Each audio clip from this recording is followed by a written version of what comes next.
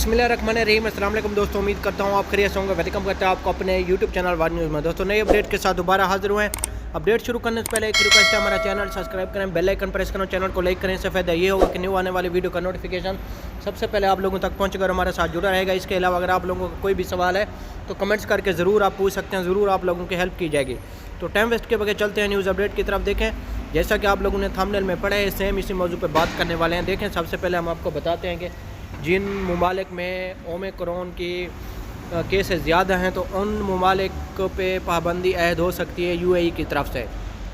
اور پاکستان میں ایک کیس آیا تھا، اس میں بہت سے لوگوں نے جھوٹ بولا کہ پاکستان میں ایک کیس آیا ہے اومیکرون کا، لیکن وہ اومیکرون نہیں تھا۔ ایک لیڈیز کو وہ کرونا لگا ہوا تھا، لیکن وہ اومیکرون نہیں تھا، وہ دوسرا کرونا تھا، لیکن اس نے ویکسین نہیں کروائی ہوئی تھی، تو اس لیے ابھی اس کا ٹیسٹ ہو رہا ہے۔ جیسے ٹیسٹ آئے گا تو پتہ چل جائے گا کہ اومیکرون ہے یا کوئی اور وائرس ہے۔